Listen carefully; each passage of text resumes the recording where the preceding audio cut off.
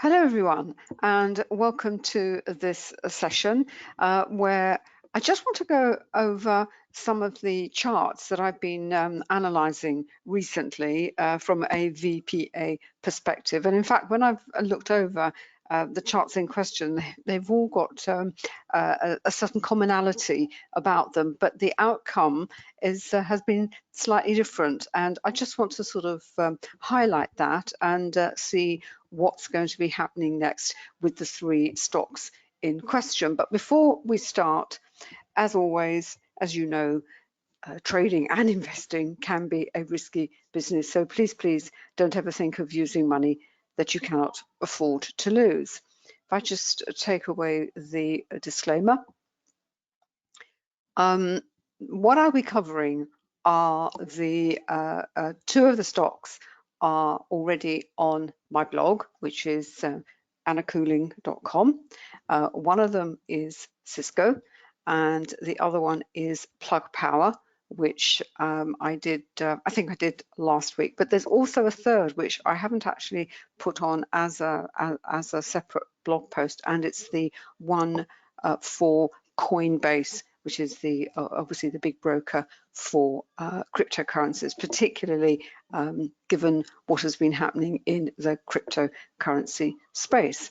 So if we basically start, if I go to the actual charts, and then I'll bring the annotated charts up because it just helps to highlight things that I want to cover in a little bit more detail.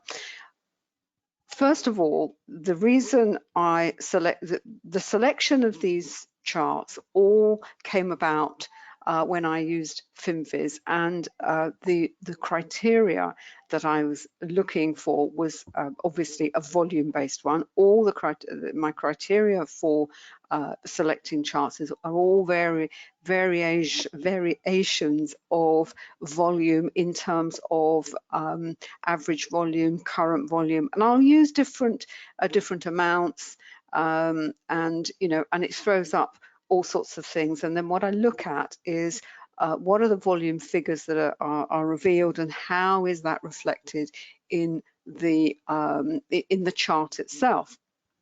And if we start with Plug Power, and what it's transpired, and it's purely by accident, is in fact the volume, the amount of volume that was coming in, and it was some serious numbers we can see here on Plug. We're looking at 35 to 40 million on the daily basis. What we were actually looking for, looking at were different variations of what we call stopping volume in volume price analysis. Now, volume price analysis, for those of you who are coming along for the first time today, it's a methodology which allows you to analyze the price action, but also its relationship with what you're seeing with on the volume histogram down here. Now, volume in terms of stocks is obviously actual volume. In Forex, we have a proxy which is tick volume, and we look at activity. But for stocks, it's what is actually coming in to the chart on any particular time scale. Volume price analysis is also support and resistance, and I have a number of ways of marking or displaying on the chart those really important areas of support and resistance. I use price-based and also volume-based, and I've got a couple of trend lines on here as well. You can use this, but other ways of displaying those important areas. People use moving averages. You can use Fibonacci. It's pretty much down to you. There's in VPA. There's no this is the way you must do it in terms of SNR. It's very much a personal preference. Then I use candles, candle patterns, and I use time. Not just the time frame that we're looking at, but also multiple time frames. So what is actually stopping volume? Now, what stopping volume is essentially the volume that comes in after you've had a significant move, and it's obviously at the bottom because it stops the price falling. And it's like the way to see it is basically Plug Power was just a fantastic example. We see here, we have a classic waterfall pattern. We have the break from the volume point of control. This is based on volume point of control is that area on the chart where there's no real bias. You know, you can get a breakaway, you can get a breakdown, as we see here, but essentially there is a degree of agreement, a price agreement. So the price will kind of oscillate around what we call the volume point of control, and it builds up what we call transacted volume, which you can see is this like a bulge on the histogram. This histogram is part of the volume point of control. So sometimes you can describe it as a kind of neutral zone. As I said, it's congestion, it's consolidation, and I know here we had a nice break higher, and this is where SNR comes in, because yes, you know, you look at the volume, you read the price action with the volume, but when it hits a significant support and resistance level, not necessarily on the chart in question, it could be on a lower time frame, or more likely on a slower time frames, because slower, you know, this is the daily. If you looked at the weekly and you looked at the monthly, those zones on the slower time frames, they carry more weight, they tend to be stronger. So you know, you could be on an hourly chart, for example, and you know, your price is going, you know, the trade is going nicely, and suddenly it seems to come to a stop. Well, if you have a look at another time frame, it could be a slower time frame, it could be it's actually reached a point where it's reversed from that point in the past. So plug power, what happened with plug power? Well, first of all, as I said, up until this point, it was at the VPA. We actually have a nice 2-candle reversal here, and the waterfall does actually get underway, as we see, and in fact we have rising volume with it. When you think, oh great, it then actually comes down to the outer limit of the volume point of control, which just on price action alone often can result in at the very, you know, very simply at a pause, a stop. It did come to a pause, and then we have to see, well, and we also have the trend line down here. Then we need to see, well, what is the volume coming in? And this is what caught my eye, this huge amount of volume that came in, and this is what we would call stopping volume. And in fact, from here, the price then sort of moved higher. Now, the interesting thing about plug is that this was before there was an announcement for this particular company. This company is involved in hydrogen technology. There was an announcement made that they had won a very significant order, and it was around this time here. I said you can catch up with the actual analysis and dates on my site at annacoolen.com. But the stopping volume from this, you know, sharp fall lower came in here under this candle. It's not a traditional stopping volume type candle. We normally have a wick to the bottom of the candle, you know, more traditionally, but it is simple, but it is still valid.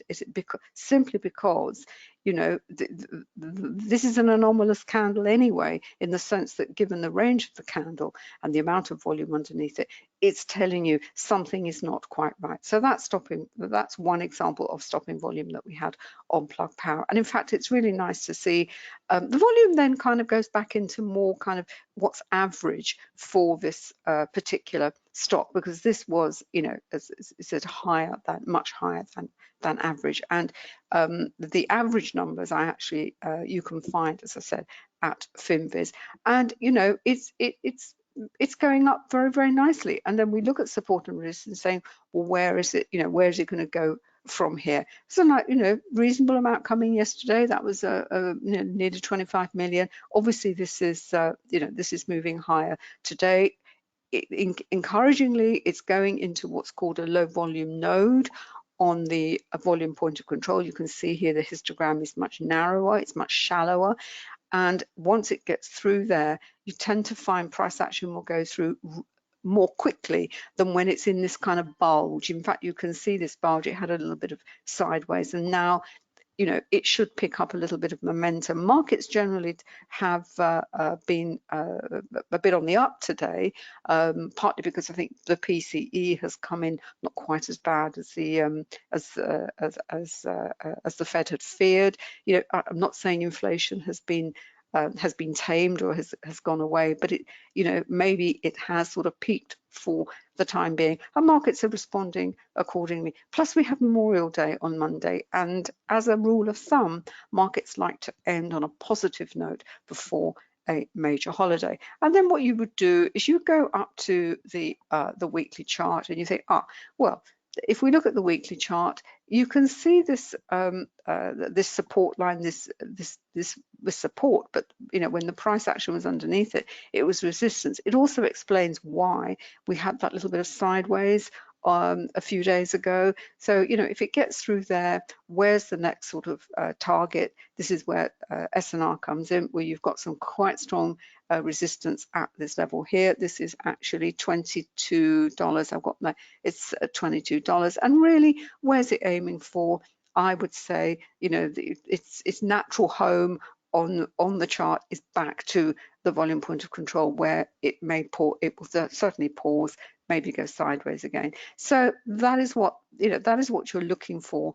But the instigator, the trigger for the move, as I said, was this anomalous candle back here when you had this sort of ton of volume come in. And as always, as I pointed out in our Forex session earlier on this week, if you count the number of candles it took to move from $22 all the way down to 10, it was 1, 2, 3, 4, 5 candles, and now it's from $12 to get up to 18. How many candles? You know, it proves the point that markets fall so much more quickly than they move higher. So that's plug. That's just an example there. The other one I wanted. Let me go to Coinbase. Here we are, and you all know the backstory with cryptos and what's been going on in the crypto market. There's been a big sell-off, etc., etc. And here again, we have a not so much a waterfall, but we've had you know, a sharp move lower. It's gone down from, I think, 200 all the way down to, what was it, down to $40. I mean, pretty steep fall. Again, if we look at the monthly, you can see what the IPO was. It was absolutely horrendous. What did it? Let's have a look at the monthly chart. I have to move something out of the way. Yes, 440, and you know, where is it now? $40. If you're an investor, that's painful. That is really not something that you would want to see. So we've had the slide lower, and then we have this. We do have the waterfall here, and we have the ramp up in selling. We've got you know, widening spreads, you know, rising, and that's what you know, we want to see in a classic waterfall. And again, look at the speed, look at the momentum. When we know there's momentum because of the low volume node that the price is sort of scything through, as it were.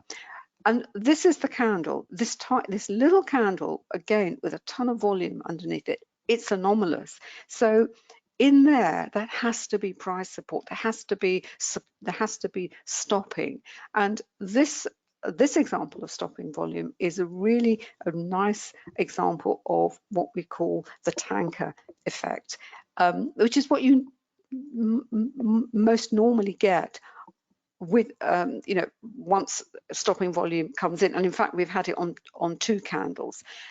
Essentially, what it comes in, you get the stopping volume, and then you go into a period of consolidation, because it's like an oil tanker.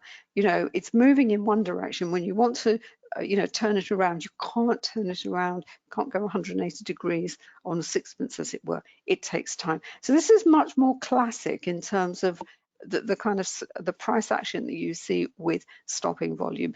You do get a V shape. We didn't see so much of that on plug. You know, we got the kick higher.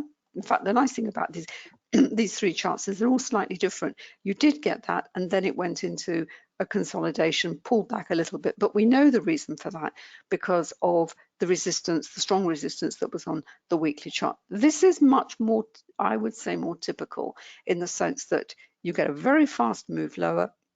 You get a ton of volume coming in. This is on 2 candles. If you put those 2 together, you do get a very nice deep wick to the bottom of that candle. And we're talking under here, we've got 60 million coming in. So this is not an insignificant number. And then it kind of pauses, and we know it's going to pause because we've also got the volume put of control, but that's also acting as support because all the price action is above the VPA, which is actually what we want to see if this is going to, if Coinbase is going to move higher once again. It's got a bit of a journey to go back to its original IPO, but that's just the way it is. And this is what we want to see. This is the tanker turning around. There's volume coming in. It looks very, very small compared to what we see here, but you have to read it in the context of this price action. This price action was this stopping volume? So you are going to get this, this big difference. This is much more average, much more typical for Coinbase. And as I said, prices, markets move up in steps and they fall in as the speed of elevators, as it were. So that's another example of stopping volume. And finally, Cisco. Let's bring Cisco up here. Now, Cisco is an extraordinary company. It's a name you're probably all familiar with. What you might not be aware of is, I have to say, Cisco is, is a company I've known for many, many years. And if you think of Cisco, it is practically a mega cap. So it's almost, I think, let me just see quickly on FinViz what the cap of the company is. Let's have a look here. Where am I? Here we are. Because this, I found this really extraordinary. Here we are. Right, it has a market cap of 181 million. I think 200 million is a billion, not million, is a mega cap. But it has a share price, a stock price of $45. It's extraordinary. It also pays a very, very good dividend. It's a very solid company. It has a lot of cash. But it's had a bit of a ride, as we can see here. I think the all-time high for it is something like $80, which was some time ago. And if we go back on this chart, because it's quite significant to what we see here. This is the stopping volume that came in. This is 97 million, I think, under this candle. There was a reason for that. This was on the earnings release. So it's not as if we had a waterfall, but we were in a sort of downtrend anyway.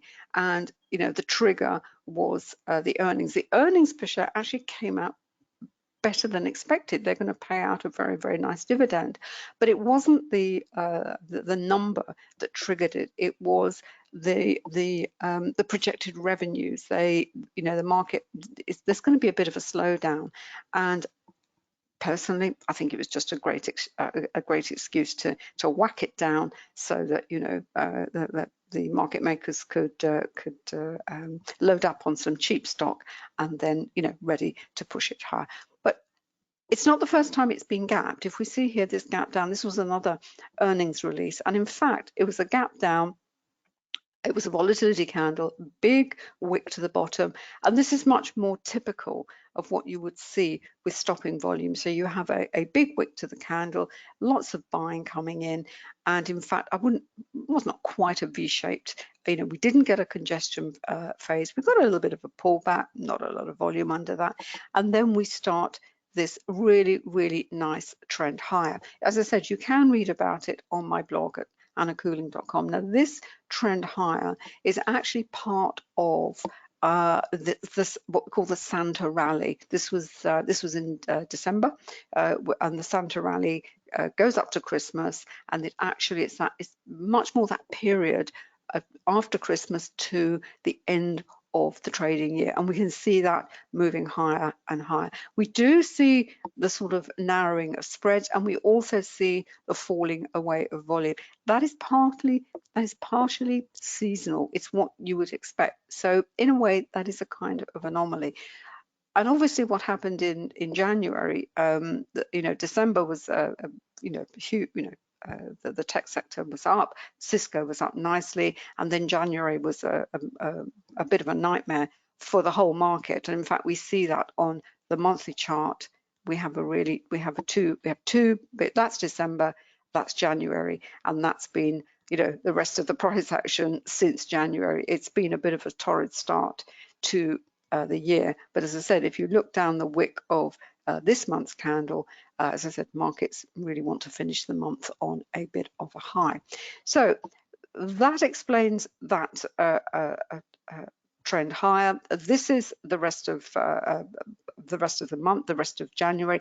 But it then spent this period in consolidation. It just went around the volume point of control, and it brings us to one of Wyckoff's laws, which is the law of cause and effect, which is essentially a consolidation, a congestion phase. We can see the points of support and resistance. We've got this very strong resistance that has been built on this chart. We've got the volume point of control itself. The stock didn't go anywhere. It's just moving sideways, and then the downward trend was resumed. We know it's a downward trend because I put the trend line in. We've got lower highs and lower lows, and then we get the trigger for the gap down, which, as I said, was the projected revenues that came out with the at earnings, and that was enough to push it all the way down, almost down to $40, and that's when we have the buying coming in. And for this particular stock, I would say much more so than a stock like Plug or a stock or Coinbase. Coinbase is a very new stock. Plug has been around for a considerable time. It's been around since 1999, but it's nowhere near.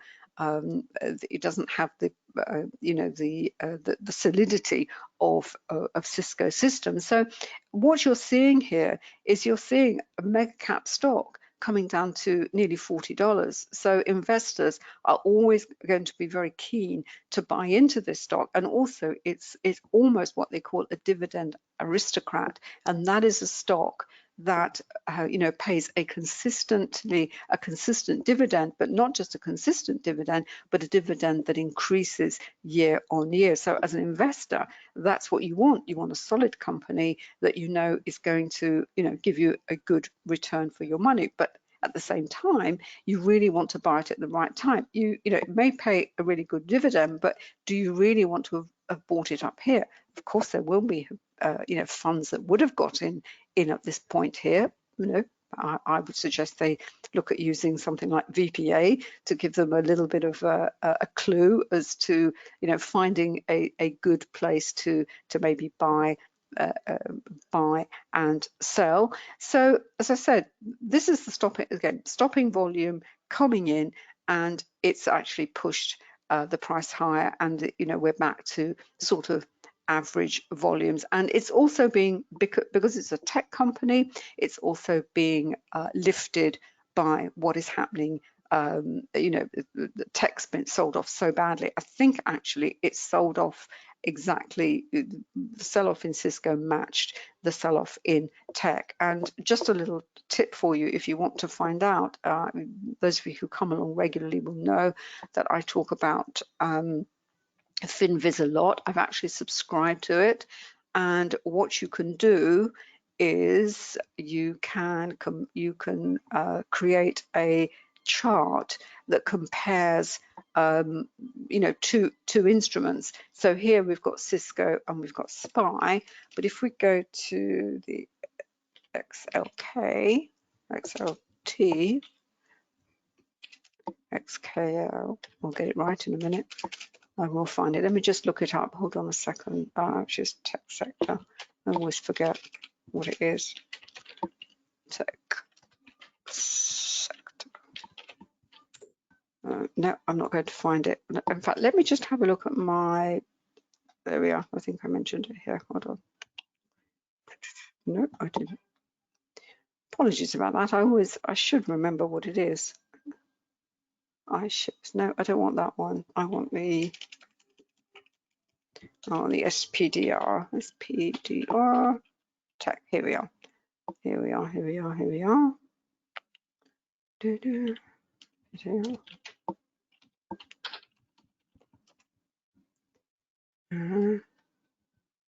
Nope. This is not working out very well for me. I do apologize. The SEO. Let's have a look. I'm determined to get it. In fact, what I'm going to do, I'm just going to mute myself for a second. Just bear with me a second.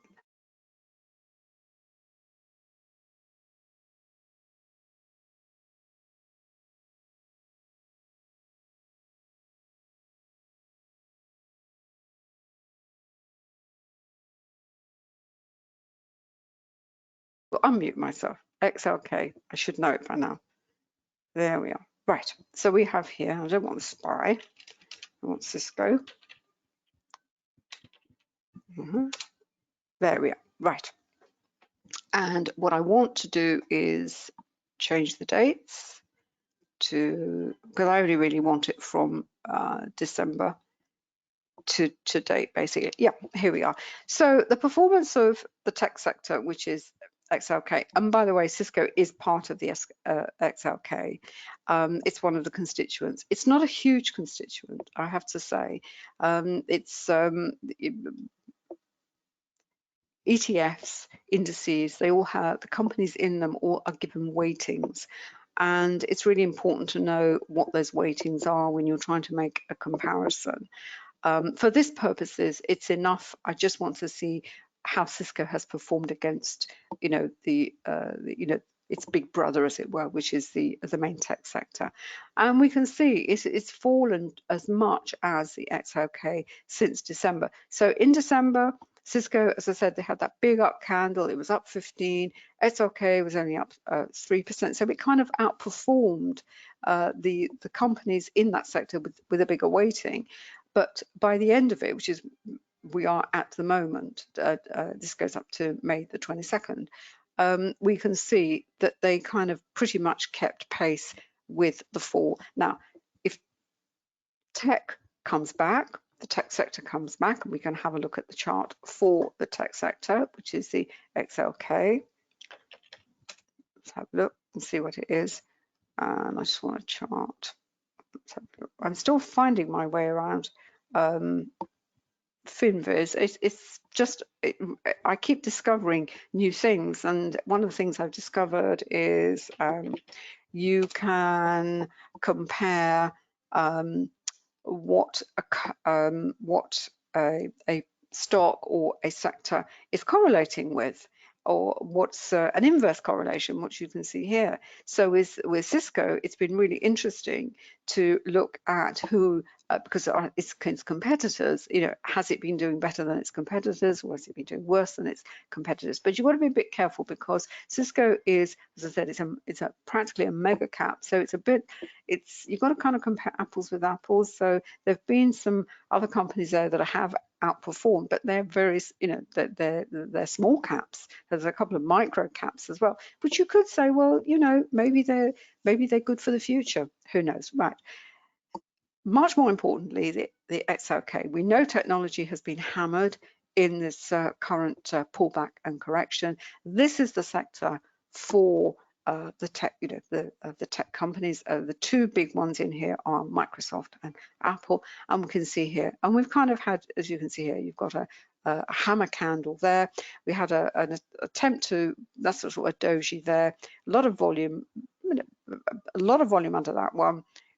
Not so much under that one, but it's been enough to certainly push up, and we've got it looks like we've got a gap higher today in today's session. So this is Cisco. Now, what we have to look at here, this is the daily chart, is, well, what's going on? Is it going to carry on? And if so, where's it aiming for? Where's it going to stop? And this is where we look at our multiple time frames. So we go up to the weekly chart, and what do we see here? Well, I think I've put on my analysis, I'm certainly having a look at this resistance here, which is this red line, that's at 47. And then if we go up to the monthly chart, where I think it is possibly likely to pause, the monthly chart, we've got a nice deep wick to the bottom. As I said, it doesn't look very much, but that's, 500, that's not 56, that's 561 million. It's very, very deceptive. These are huge numbers, and you can check this out on Finviz. So with stocks, you really do have to get a handle on the actual number themselves, and if you can't read it on your platform, then, as I said, go over to Finviz and it'll clarify that number for you. It's reaching the volume point of control, which is at 47, which is exactly that resistance there. So we may, although the tech sector is going back up, it's certainly, trying to recover from this terrible start to the year, go back to the support and resistance, and it will tell you, well, where is it going next? But it all starts from the stopping volume that comes in. You catch it on the daily chart. The volume comes in. Don't always get a classic sort of hammer candle, but even a hammer with a lot of volume, it is an anomaly, as it were, because you've got this big wick to the bottom of the candle.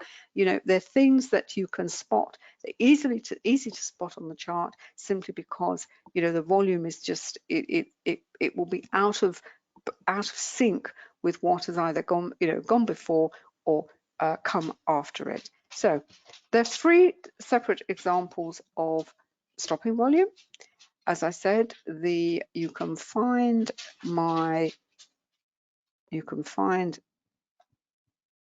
the analysis, the complete analysis, on my blog at annacooling.com, and you'll also see the charts that have been annotated.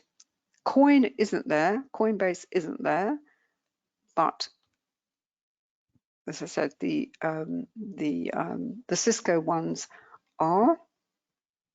Let me find the third one, which has disappeared. No matter. There are 3 charts, but the most that has the most on it, as I said, is the one for the daily chart for Cisco. So that's what I wanted to say. What I also want to add, finally, let's bring that up again, is that's my chart. That's my site with the blog. I've written a few bits and pieces on the kind of fundamental side, because ultimately it's when you're a trader. Traders tend to focus just on the chart and on the technicals. They don't really look at what's going on on the fundamental side, but there are certain metrics that you have to be aware of that is likely to either spike the price or cause the price to fall, and one of them is obviously the earnings. And not all the fundamental metrics, are going to be important if you are a day trader, but there's 1 or 2 that are, and that's something we are going to be incorporating in quite a big way in our upcoming stock trading and investing program. As an investor, for investors, I do know their bias is to the fundamentals, the metrics, all those PE ratio, PE, and there's lots and lots and lots of them, and of course we'll cover that in the program as well. But sometimes, it's important also to look at what's going on with the chart, because you can have if you look at a company such as Cisco, and it's a very solid company, it's got lots of money, it's doing well. I know there are some, it's having problems with supply and etc., but what other company isn't out there? But it's acquiring, it's in acquisition mode at the moment. It's got so much money, it needs to, and it wants to expand it even more, and yet the stock price isn't going anywhere. Being able to analyze the chart, at least hopefully will give an investor, you know, a much better, a smarter entry, if you like, for buying a stock, and not just, you know, what I'm trying to say is you just don't go off one set of parameters, as it were, on the fundamentals, important as though they're more important to an investor, but at the same time, investors should look at charts. For traders, they're going to look at charts, but there are certain fundamental metrics which will impact the price action or, you know, much more strongly at a given time. So that's what we're trying to combine in the program, so that you have traders and investors have a much more balanced analytical approach to individual stocks. Right, with all the indicators that are on the charts are available from Quantum Trading. They're ours being myself and my husband David's. I've been using NinjaTrader charts for this video, but they are available also for TradeStation, TradingView, and MT4 and 5. MT4 and 5, you won't find the same support and resistance ones that you get on these three platforms. It's because the code is slightly different. Okay, that's all I've got to say in this video. I hope you've enjoyed my presentation. I hope you've learned something that perhaps you didn't know before. If you've got any questions, just drop me an email, anna@annacooley.com. We're at the end of the trading week. Have a lovely weekend. I know that there's a holiday on Monday in the States. Have a wonderful time with your family and friends, and I will catch you next time.